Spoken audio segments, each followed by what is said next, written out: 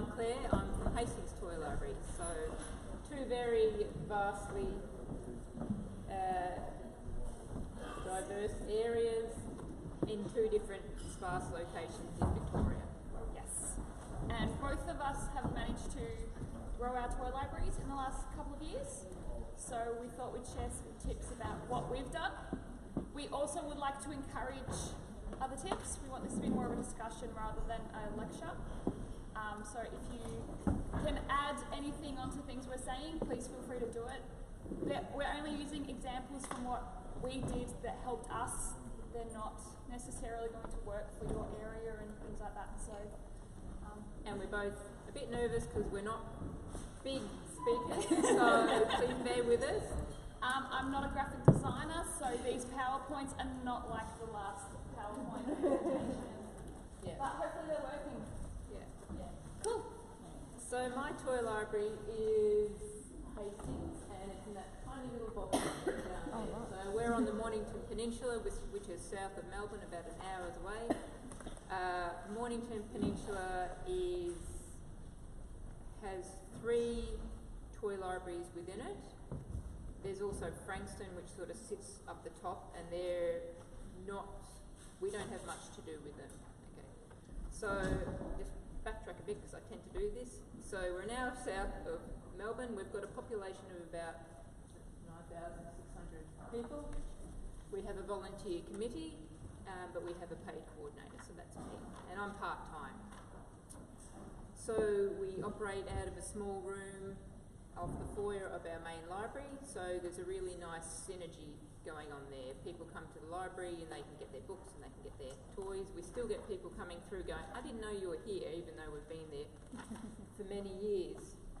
Our members share roster duties, so we have a flexibility with our roster item. We don't say you've got to do 3 sessions and that's your roster. We make it flexible, so we say you've got 3 hours that you have to pay back over the course of the year with your membership, and that can be met in lots of different ways. So you could be a helper when we're open, you could take things home and repair them, you could take things home and do tour reviews, because we like to include in our newsletter and our social media what our members are enjoying and how they're enjoying it. We have a stock take at the start of the year, so our members could, if they wanted to do their whole 3 hours in one hit. We try and make it flexible because not everyone can get down there when we're open. And the other thing with our space is we're in a tiny space. So we have got a lot of members now, and it's a very transactional space. So people come in, grab what they want, then go out. There's not a lot of room to interact, try out new toys, sit down, have a chat, let your kids play for a little bit. We would love to do that, but we just do not have the capacity at this stage. So it's very transactional, whereas at Beck's Toy Library, you can get the toys out, you can have a bit of a play. Mine's chaotic. I think everyone's is chaotic when you get a whole lot of members in. So like I said, our members share the roster duties. Our toy library, just because of the way it's been run historically, the coordinator will run the weekday sessions, so I run the Monday and Thursday sessions, and then we get one of our committee members to run a Saturday session. So not all toy libraries operate like that. It's just worked for us. It may have been to do with how much money they had to pay the coordinator at that time, that they've just sort of made the volunteer committee do that, or it may just be a way of getting the committee to keep up to speed with how the system works and keep them fresh and interacting with members and toys and things like that. So it's a whole jumble of reasons, but it seems to work at our toy library, and that's how we've worked it. Like I said, we're on the Mornington Peninsula, so we are funded by the Mornington Peninsula Shire. Oh, okay, sure. Sorry. So, not sure how it came about, but we received the same amount of funding as the other 2 toy libraries, and there's nothing secretive about it. They treat us all the same. They give us the same amount of funding, and the funding that we get allows us to pay for a coordinator for our toys, and allows us to operate throughout the year. The other two toy libraries manage it how they like. I know Rosebud Toy Library is a larger toy library and they've got a bigger membership, so they've got more to do, so they actually have to subsidise their funds. So they have to go out and do lots more fundraising to keep their running costs going. So they actually, I think they have a part-time coordinator as well as a main coordinator. And Mornington have a paid coordinator as well. So you sort of use it how you need it. And that's how we've been running, and for the time being we haven't had the need to go out and do a lot of fundraising because we've got this substantial grant that keeps us covered. But as our memberships are now going up, we will probably have to look at doing something in the future, but we're not at that stage yet. So when I started as coordinator, 2011, I had a 6-month-old, and we were in a very small space that was poorly organised. So you can kind of see the shelving is all a bit of hodgepodge. We have had a very small committee of about 4 to 5 because, from what I understand, there'd been a big turnover in committee. Other committee members who'd been on had gotten tired, their kids are grown up, so that phase of their life is now over. So we had a bare bones committee. The membership had been stagnant for many years, which I've just sort of researched a bit. It's going through old committee meeting minutes.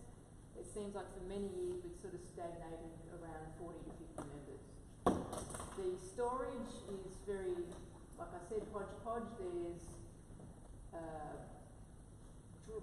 those wire drawers are actually full of costumes.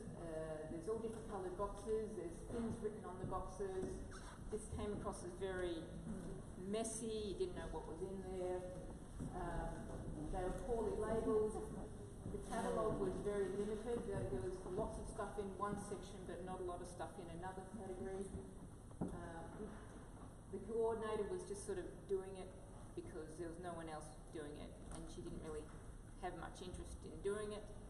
I kind of gauged this because we used to have a desk there and there was a box of toys underneath it, and every time I'd go in I'm like, oh, they're still there, they hadn't been processed. It's kind of like, don't have them there, put them out. We had a desktop database, so we had the old MyBase database, which worked well, but it was an Access database, so it was very kind of ad hoc. No loan receipt, which is what we do now, so it'd probably be written on a post-it note what you borrowed.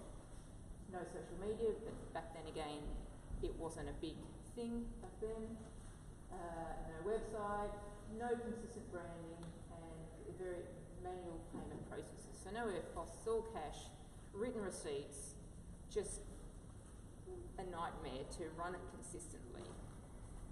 What do we have? Now, this is actually taken a couple of years ago.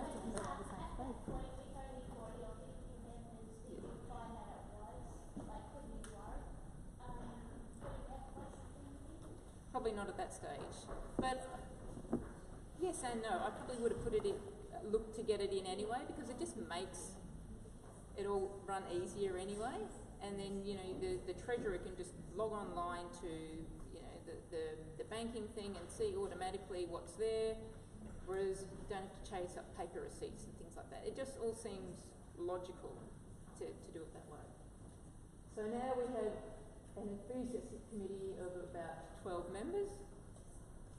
We have efficient shelving, so it's all streamlined. It's all that black racket shelving that you get from Bunnings. Clearly labelled boxes that often have a picture of what's inside as well as a printed label on them. A catalogue that's been improved and identified areas that we need to have more of this and maybe less of that. Passionate coordinator, well, that's me. And currently our membership is up to about 115 members. our online database. So we switched to Settles, which is fantastic because then our members can actually log in from home, they can see what we've got, and because, like I said, our area is very transactional, people come in, get their things and go out, it's made it a lot more useful to have this online database because people can go in, like on the Friday night, go, I want to get that, and that. They either come up with a list and then they go in on Saturday, or we've got this ability that Settles can be, you can turn it on in Settles, you can put things on hold. So they go think, I want that toy, I want that toy, I want that toy. Even if that toy is out, they can put it on hold, and as soon as that toy gets returned, Settles will just shoot out an email to that member, say, hey, this is now here. So our members really find that useful. It's not the best option for all the toy libraries, but in our toy library, because of how we work, it's really useful. So we also have the website, and we have consistent branding. So on our brochures, our logo, it's the same kind of, on our letterheads, it's all the same. And that just gets, if it's all together, it just works. Right, how'd you do it? How do we do it? Well, our toy Can library... everyone hear all right, by the way? Still? Cool. Yeah. Our toy library, I find our growth is very much the slow burn. So it's happened over a series of years. Your example is more probably hard and fast. Ours has been a slow burn. So that's the thing about our presentation is that you've kind of got two different examples. So when I came in as coordinator, things would just sort of irritate me. So I just slowly started making changes, putting all the items in the same type of clear storage, putting labels on there because you couldn't see anything. Can't really see it. Oh, it's not. You've got notes here. That's what I love the notes here. The Y baskets that I pointed at before, they were full of bags that had costumes in it. You couldn't see what was in there. People would have to fossick around, and even then, didn't know, what's this costume? What does it look like? So I got little laundry bags. I put the costumes in there. Did a laminated picture with the label. Myself and another committee member actually got our eldest kids, probably when they were about 4 or 5, to model all the costumes. So these are 2 little boys. So it was like, here, put this on. Take a photo. Put these on. And you can see from the photos, they're gradually getting very disinterested and annoyed by the expressions on their faces. But that was a good way of having these things on display, and I felt putting them instead of having them in a Rayco bag, putting them in a laundry bag allows the costume to air a bit, and so it sort of makes it not smell. And is it like a soup bag, you mean? Or no, they're like the little laundry, you know, like your little undies bags, okay, things like that. but Yeah. is that still on the wire baskets, or do you have? No, got rid of the wire baskets. I got railing hung up, and they're actually got clips which clip onto the bag. Are they in that? No, you can't see them there. I haven't got a photo of that side. Good job, Rebecca. That's not in the page next one. So doing things like that, it's just making your catalogue accessible, so people don't have to fossick around. I remember I would have to go in there and what's in this box and what's in this box, and if people haven't got the time to do that, then just need to be able to go that. So story slides. There's my 2 slides in here. So we also made ourselves known to our local councillor. So that doing that makes them aware of you, you aware of them, they understand your needs, and you have some sort of relationship there. That's local. Yeah, local council. Not member, local councillor. So we have a shire, so it's a representative on that shire council. So because we get all our funding through the shire, that's getting our input to them, so they can vouch for us on whatever matter it is. I know Rosebud Toy Library, they had a very good relationship with their local council, who was also the local mayor, and they were able to lobby them to find a better space.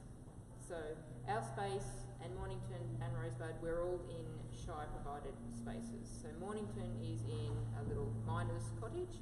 We're in a room off the library, and Rosebud, at that stage, they were in a shared space in their library. So their library, the Rosebud Library, the book library has a room out the back, which is a community space. So Rosebud would have to bring all their things, shelving and that out at the start of a session, and usually a couple of days after they would then have to pack it all up. So they actually were able to lobby the council for space, and they actually got it. So now they're in an old shop space, and that's worked out for them.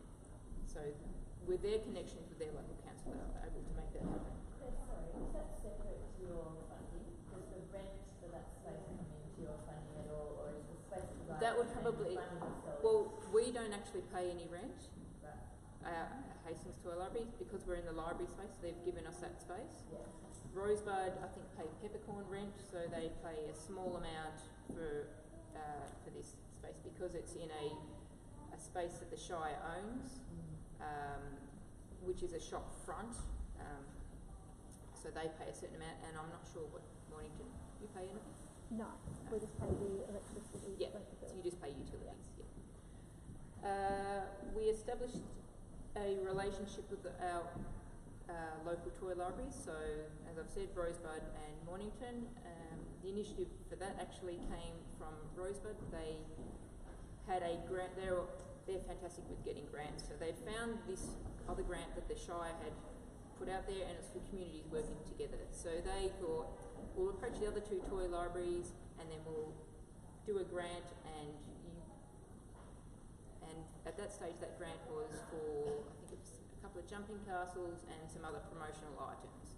So they got that grant, and all we had to do was write a letter of support, and that kind of started off our relationship. So we started meeting with them, every few months, and then we'd talk about different things. And it's a great little networking thing. What are you doing? How are you doing? What's working in your toy library? That kind of thing. So if you're able to get together with your local toy libraries, and I realise that it's not going to be workable for everyone because everyone has different funding things, everyone's in different shires, but it's a good way to network within your sort of smaller area. We promoted ourselves outside of our town by doing some local events.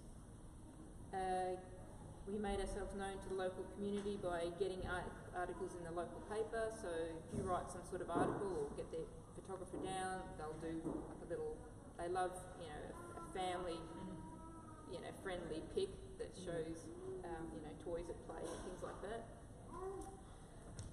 We attended the community events. We started using social media more, which is just the thing that you've got to do these days. That's free. Yeah, it's It's time consuming. yeah, it is time consuming. It is free, and you also, with that, you will need someone who's savvy with social media to do it for you. So whether you can create a role on your committee you've got a social media person, that's well worth doing. We use Facebook and Instagram. That seems to work the best for us. Twitter, I don't think is really necessary for toy libraries. Maybe bigger toy libraries, but not for our small toy libraries. Fundraising drives and applying for grants. We improved our procedures, so we made them all streamlined. We got EFTPOS, we've got online forms. We expanded our committee by identifying enthusiastic members. So as coordinators, you get to see who comes in and out all the time, and you can usually gauge how they are with their toys. If they're saying, I talked to this person, I recommended to my mother's group, then you can get a sense that they will be the ones that you possibly can earmark for your committee. So that's what I would do. If they were, they got the value and they got the whole core value out of the toy library, then you know that they're possibly going to be a good member. Sometimes they don't have the time at that present when you approach them, but you sort of, just sort of keep them in the back of your mind, and then they'll usually come back to you and they'll sort of want to be a member. We regularly sell off our old stock, our retired stock, at the local CFA car boot sale. Now, again, because we are a small toy library and I like to get the best and newest toys, because I come to these events and go, well, we've got to get that, and that. We need space, so I've got to be quite ruthless and cull a whole lot of things. So that's a good way of getting us out there in the local community, getting rid of toys to make space for new ones.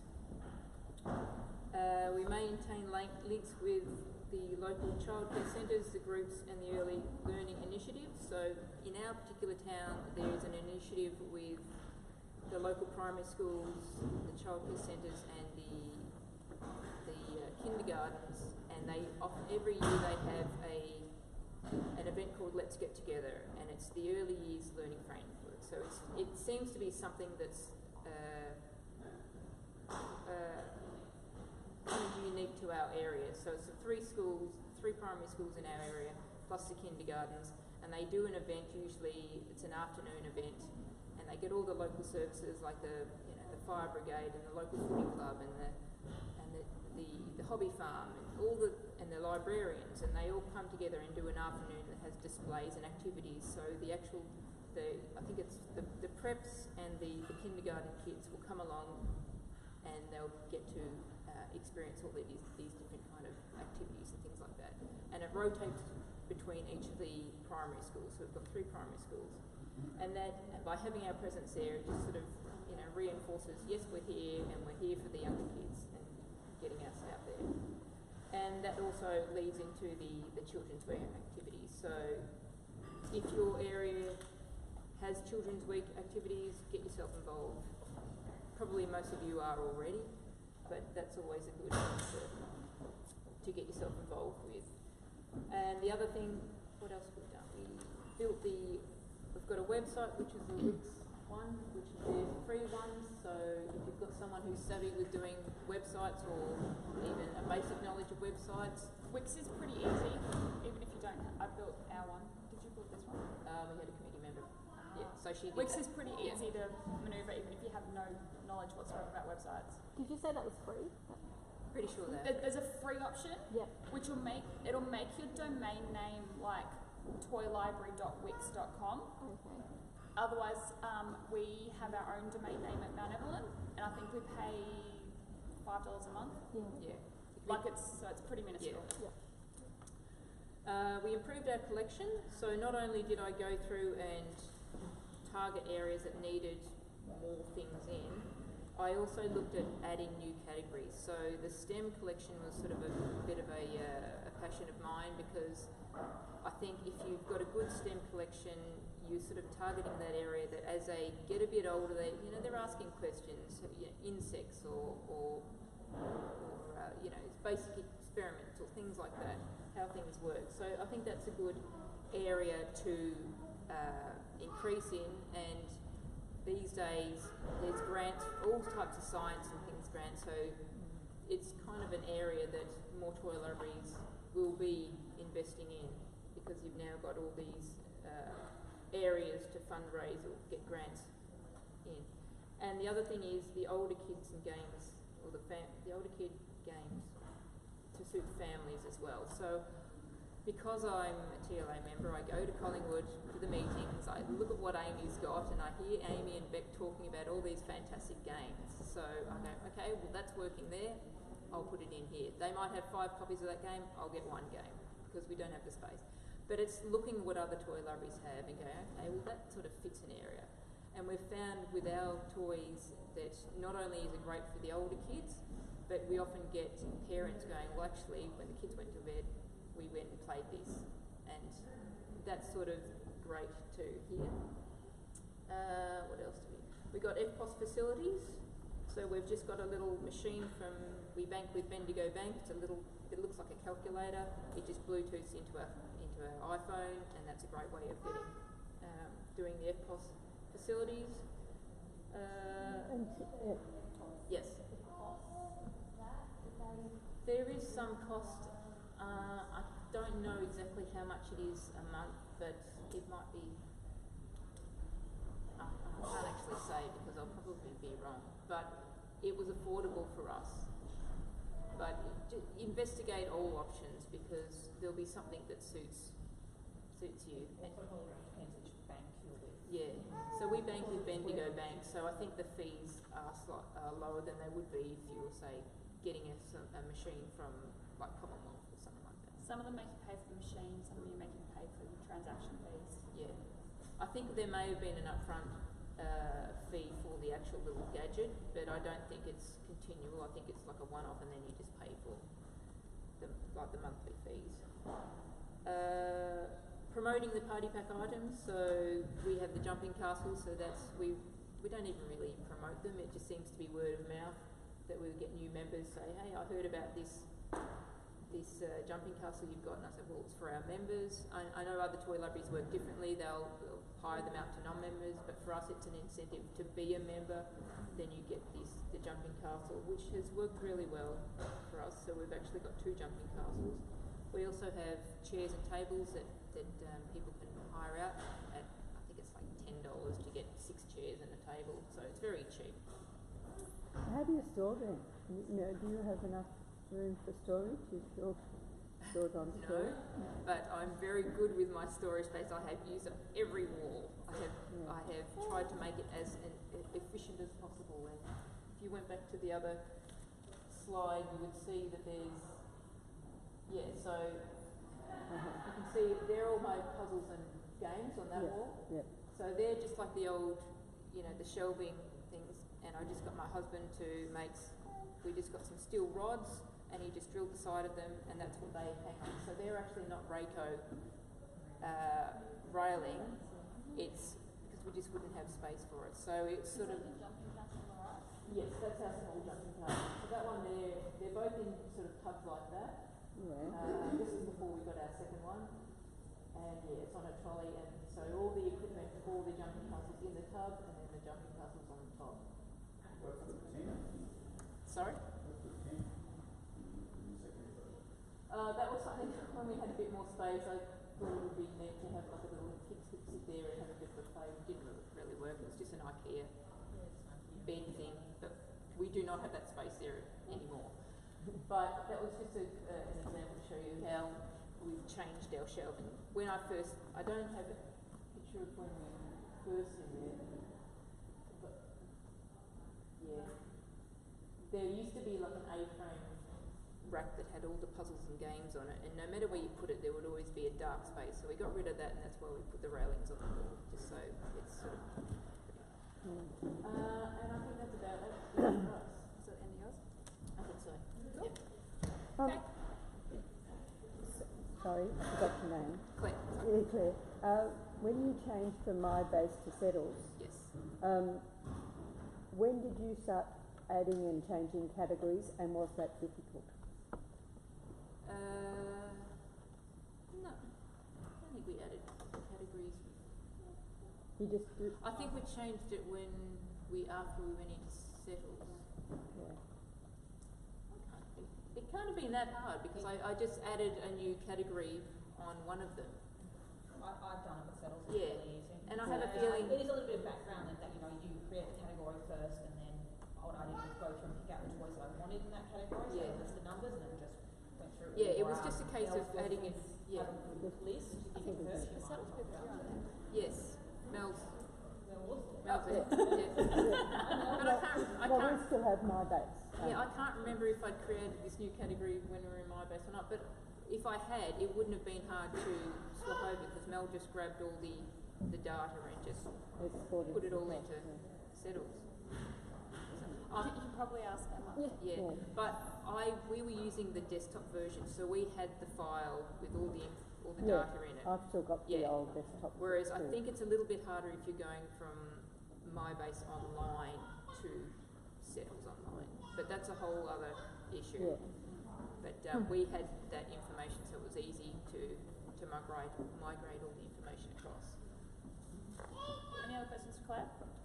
With the ongoing funding, who set that up and how did they get it? I don't know, and I am thankful to whoever set that up, but because it's just we don't even apply for it. It's kind of it's Someone got you into the budget. yeah. Amazing. I have a feeling that the other two toy libraries may have had some sort of amount, and then we didn't, and then somewhere along the track they must have done, my previous committee must have done enough lobbying with the local, with the council, the Shire person in charge, and then they've just gone, well, we'll just make it the same amount, and it's been amazing. If we didn't have that, we wouldn't have been able to get to where we were. So but having said that, there's still lots you can do if you don't, with minimal committee members and minimal funding. So there's lots of free stuff out there, and just getting yourself up. No, it's still the same amount of work, but there's plenty you can do.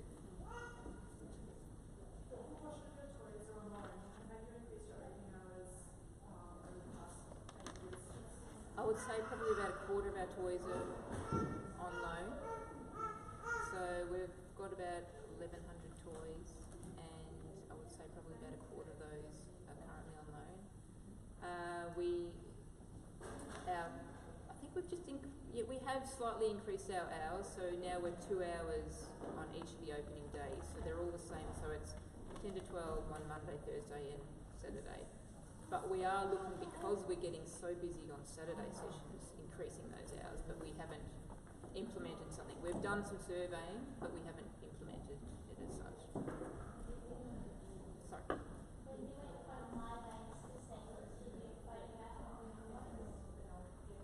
We did have a lot of, we did spend a lot of time taking photos of them, and then also combining that with stock footage from online, just looking at the toy.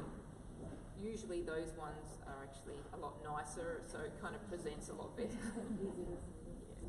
Yeah, so by stock footage, do you mean like you're wanting to run into modern teaching aids and Got download it. Google, just Google image, Yeah. this particular toy, and just saving it and onto your database. Yeah. Did you change your membership fee structure or Not profile really. limits? Not really. We didn't.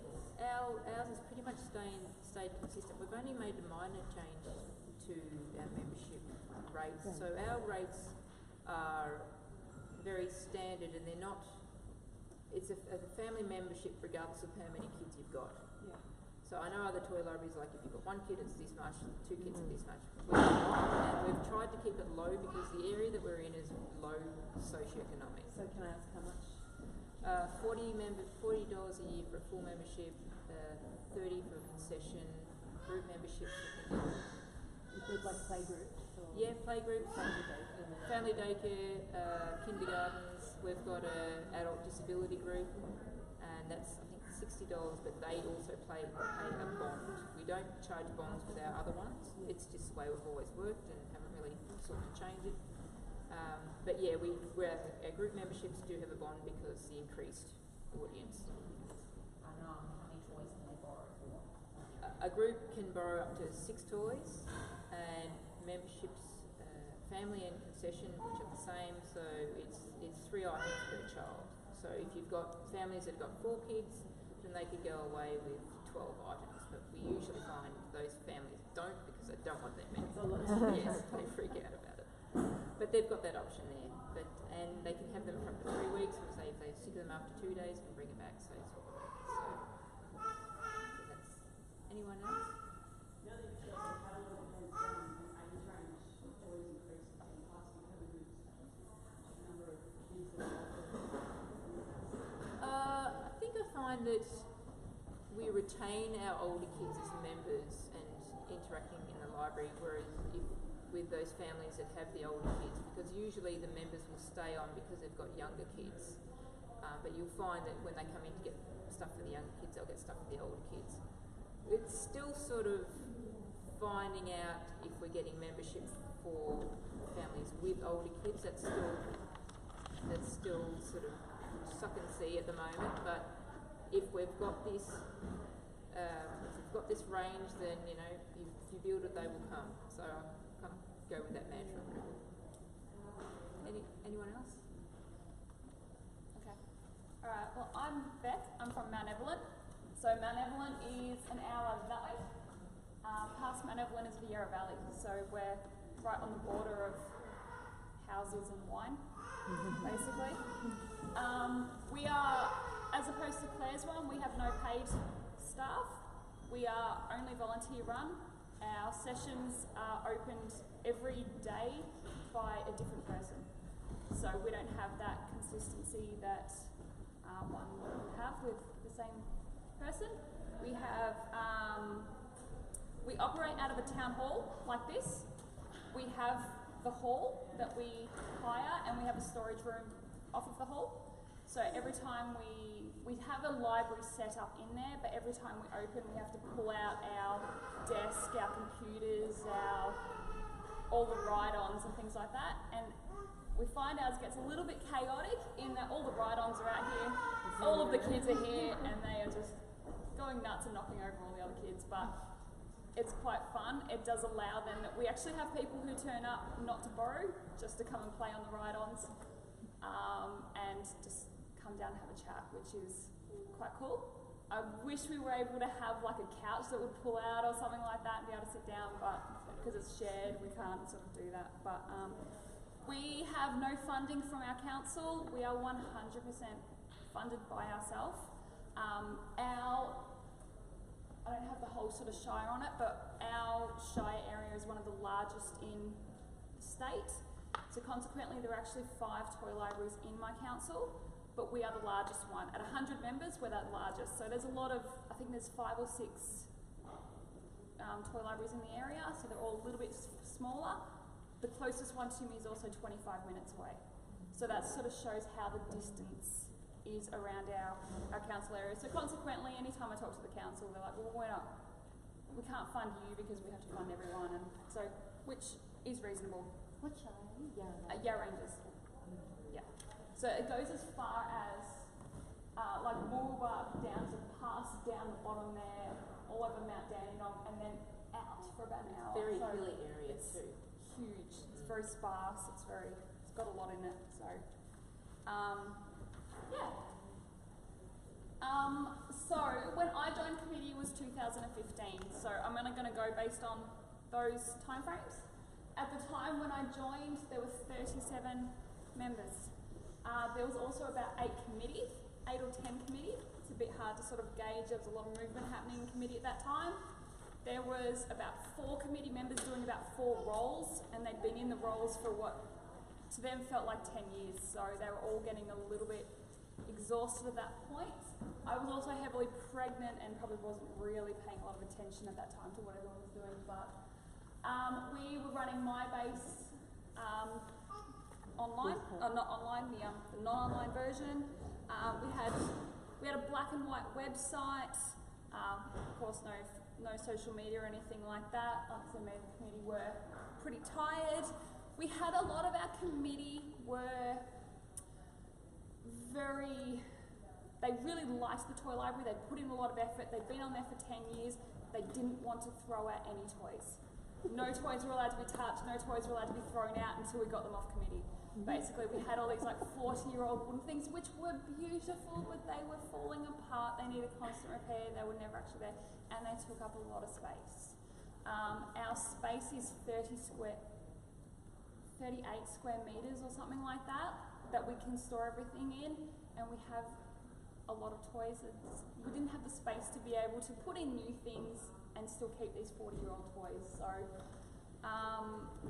we were only accepting cash on the times where we were open, which is only 3 hours per week. And our party packs and our one jumping castle were only available to members. When there was only 37 members and they weren't necessarily having parties, those weren't being used anyway. You couldn't put a pram around our space, and we were paying over $2,000 a year in rent. The council set us up in that we were actually paying per hour that we were open, the same rates that they were charging people who were hiring the hall for an event. So, and they've been doing that for years and didn't know any difference. Eventually I started coming to these sorts of things and finding out that people weren't paying rent necessarily. Kicked up a bit of a stink. So these days we are only paying $300 a year in rent. Yes. We now have a bit under 100 members. It does fluctuate. We've had a few drop off lately, so it's about 95-ish. We have a more enthusiastic committee. We are currently in a little bit of a transition period where a few of our committee who have been on for about the last 4 years are starting to change. So hopefully the new ones start being just as enthusiastic, but we'll see how we go. We have also managed to get ourselves a renovation into our little space, which is amazing. We pulled up all this rotten carpet, which was disgusting. We opened up our party packs to non-members, and we now have 6 utilised party packs. We have now our 3rd inflatable toy. We have tables and chairs, and there's at least something out every week, which is awesome because that is just money. We've now moved to Settles Online as well, which has just been insane. We don't probably utilise as well. We can't accept holds and things like that because there's a different member opening up our thing. No one's able to know when there's holds and things like that, and we don't have the space to have a hold section, so we're not utilising it in the same way that other toy libraries do. We don't have a hold section either. If it's just on the shelf and someone's got it on hold, they come to pick it up and I'll say, sorry, that's on hold. And so we had a few issues where people would go in, put on hold, someone else would come and take it, and then they'd come in and crack it. So having it on hold prevents you from loaning out to someone else, so the kid's just got to deal with the disappointment. I'm sorry, but you know. We built ourselves a new website. We also used Wix. We do pay slightly a little bit to have our own domain name, but it's not very much. We have our members are becoming a little bit more engaged. We're trying to create a bit more of a community feel. We hope they're engaged. Yeah. And this year we turned 40 and we hosted a massive party, which was awesome fun. So these are the things that we sort of did in those last couple of years. So we had some new committee join, we got new ideas. The people that were holding on to things, we were sort of able to change some things and move forward. We started to become a little bit more doing things out in the every 2 months I go to the Mount Evelyn maternal health nurse who's got her new mother's group come, so I go there and I hand out my things. My kids come and play with all the babies and those sorts of things. And then we've got everyone who lives in a different suburb goes and meets their own maternal health nurse. So every suburb around the area, every new baby gets a visit. We have started harassing council, semi-working in our favour. We're trying to find a second space. I've been harassing them for a while. Apparently there's been a new space up for the last 6 months, so they've been seeking expression of interest and they all failed to tell me. But, you know, we also had one of the councillors come up to our 40th birthday party dressed as Uncle Fester for a Halloween themed party. So, you know, we've got like one person on board, but then we've kind of not. So just keep harassing them. We get some things out of it. We attend all the local festivals and the fates. So there's a Mount Evelyn Street Party every 2 years. There's a Moorbark Festival. We try to attend all of them. We don't get sign-ups on the day, and we do find sometimes. There was one festival we got like 3 sign-ups, and they were the worst members ever. So we try not to force people to sign up then and there. I'd rather them actually think about it and then join up. We started using Facebook and Instagram, created a Wix website. So I built that website. I don't have a lot of knowledge. I found Wix quite easy. If you don't have a website, I'd have a look at it. No, I was just going to say, with the website, do you have pictures of all your toys on there? I haven't. Like a catalogue? No, I haven't synced up to Settles, which has all my catalogue on it. Yeah. You can do a link to Settles from your website, which is. And I have it linked to our Facebook or our Instagram or something like that. So anytime a photo goes up there, it appears on the website then. So that's our one, and it says. Yep.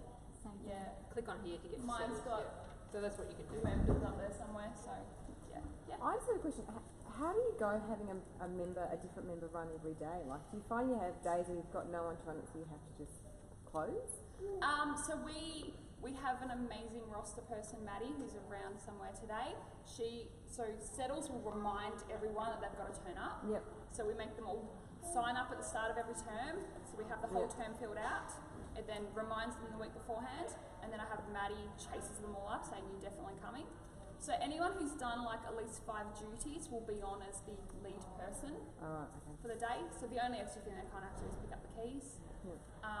And we try to train them up. So usually there's always like a committee person will train them up for their first sort of session. We try and just get them up to a speed where they can do it after they've done a few. That's how it's done Townsville as well. Yeah. So it's got its ups and downs. We would love to have a paid person. Sorry. More than one person. Yeah, we have 3 for like a Monday and a Thursday, but we have 4 on a Saturday. So there's a few people around, and there's usually always like one of our committee members who does the party packs. She's usually always there on a Saturday as well, so she can help out. There's always one of us going in and returning our own toys. So there's we've only ever had to close a handful of times for not enough people. That's what we tend to find the demographic is that parents are returning back to work. So you've got a lot of people trying to fit in, like myself, trying to fit in your part-time job hours and then being parent hours and then trying to fit that in with toy library hours. So we're open on Thursday night. So that gets a lot of the working parents wanting to run those sessions. And then we've got a Saturday morning. So like I work during the week, so I can do Saturday. And then there's the Monday morning session as well. So we've got 3 sessions. We do alternate Mondays and Thursdays. So 2 sessions two sessions each week. Yeah. Oh, okay. I can see how you can get members then. Yeah. So it still sort of caters to. Yeah.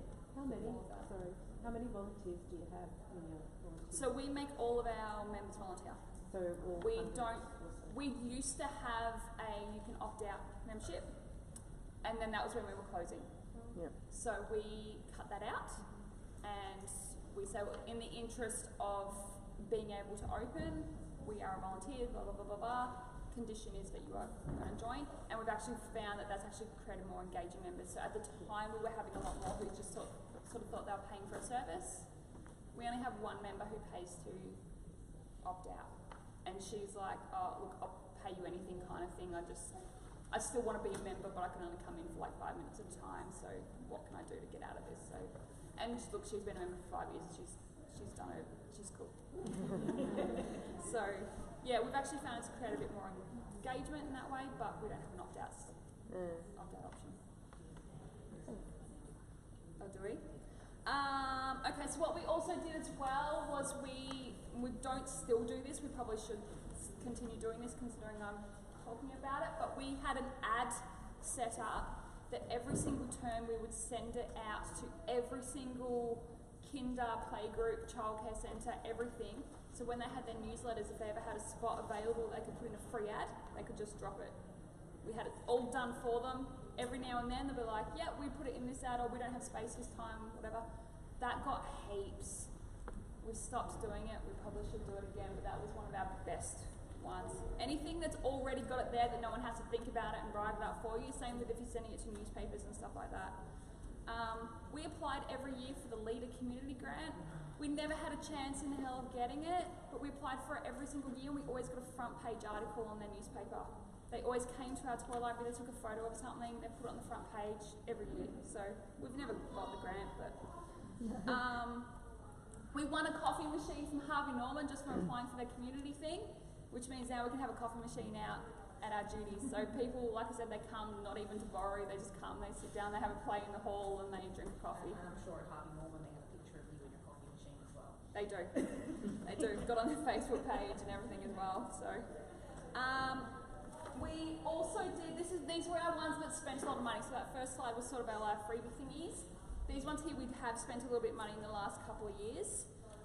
We did a huge renovation. It's $5,500. We went from mouldy carpet and space you couldn't walk around to the same racks that Claire's got, with polished floorboards and nice, fresh-looking, beautiful stuff.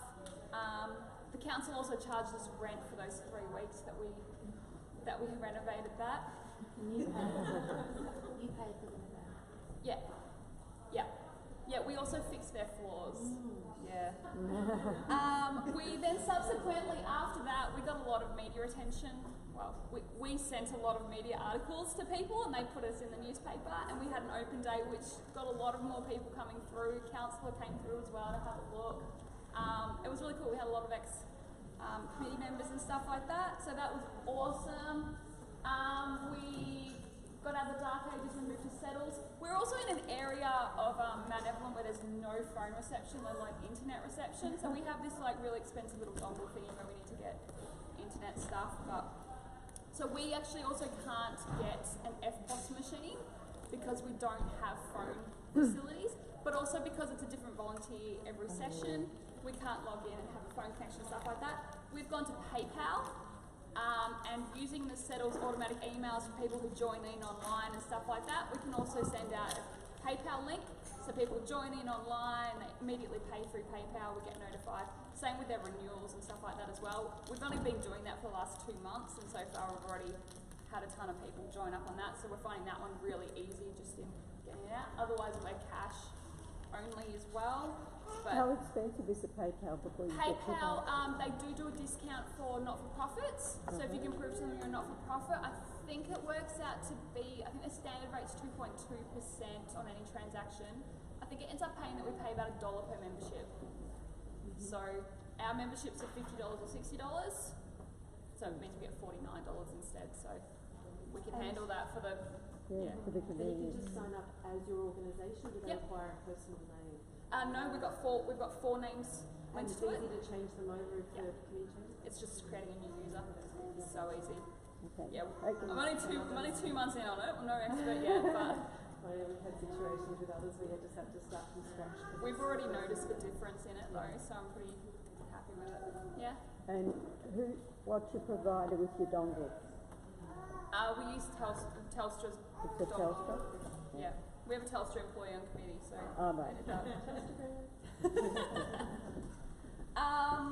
We opened up a party pack to everyone. Highly recommend it. We double the price for every non-member. We just get so many walking through the door. Ours is usually out to non-members rather than members. Can I ask you what that cost is? So it's $30 per pack for members, and it's $60 for non-members. And we also have a lawn games pack. That's out most weekends to weddings. Yeah. That's awesome. Memberships are it's $50 for a 3-toy membership and $60 for a 6-toy membership. So it does work out cheaper to join as a member. We've started implementing a rule though that if you join as a member in order to get the party pack, you have to have done a duty. Because Yeah. otherwise we're getting some crap members too. So hi crap members. We started to increase the quality of our toys. We've been investing a lot in STEM toys. Again, we've got a Telstra employee. We're getting a lot of the Telstra STEM grants. We held our 40th birthday party. We did it as a community Halloween party because it fell in October. One of our community members is Canadian, so she's like Halloween. So we did that. That was awesome. We had more non-members turn up to come and get some free cake, and we had a DJ. We had a face painter. We had a photo booth thing. So many people turned up. It was so much fun. I think we had about 250 people turn up or something like that. Had it completely for free. Every cookie had our branding on it. Every photo booth thing had our branding on it. So I don't know, spread the word. Everyone turned up. It was all good. We've had a few events for Children's Week. One of them was funded by the council. One of them we got some help with Bendigo Bank for. One of them we sold tickets for. One of them was free. They're all fun things.